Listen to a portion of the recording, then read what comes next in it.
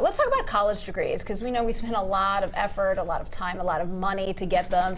There's a new survey, though, that shows that most college graduates, they feel like their degree was worth the money, but 2/3 say that they would pick a different major if they would do it all over again. And so they broke this one up into Gen Xers and baby boomers, and they found that a lot of Gen Xers, 1/3 of Gen Xers would say, look, I would have gone for something where I pursued my passion, whether it's art or music. And if you look at millennials, 1/3 of those say, look, I would have chosen something that's more practical and more job focused, because you have to wonder, they came into this job market, it wasn't the same job market that their parents came into. Right. I think the job market has a lot to do with it. I also think, you know, they're going into the job market with a lot of debt because of the majors that they have chosen, and maybe they're realizing once they get their first paycheck that, okay, this might not have been worth it. I maybe should have done this instead. Yeah. Also, I think not everybody is lucky enough to know what they want to do in college. There are some people who are in their senior years in college and still don't know what they want to do. It's hard. I mean, you know, it's hard to make your life decision. Right. You're so young. You know, I mean,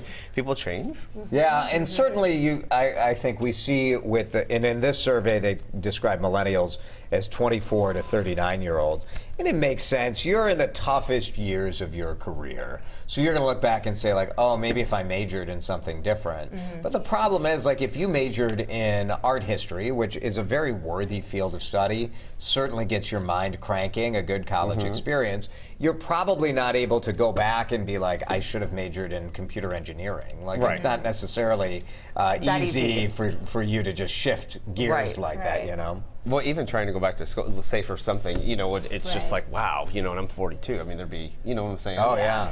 What's interesting is a lot of these schools are understanding this, and they are changing a little bit about what they're doing, because they're getting criticized for not giving students these soft skills, these ideas of critical thinking or being able to write. And colleges are listening to that. Some are, and are offering more courses in what to do when you actually get into the real world. Interesting. If you could go back, Riley, and do anything different, would you shift up your major? What did you major in? Meteorology and communication. Yeah. So the thing is with me is, I mean, I used to, when I was a kid, I used to, I would watch the Weather Channel and have my friends over, and I had a chalkboard, and I would like do the forecast for them.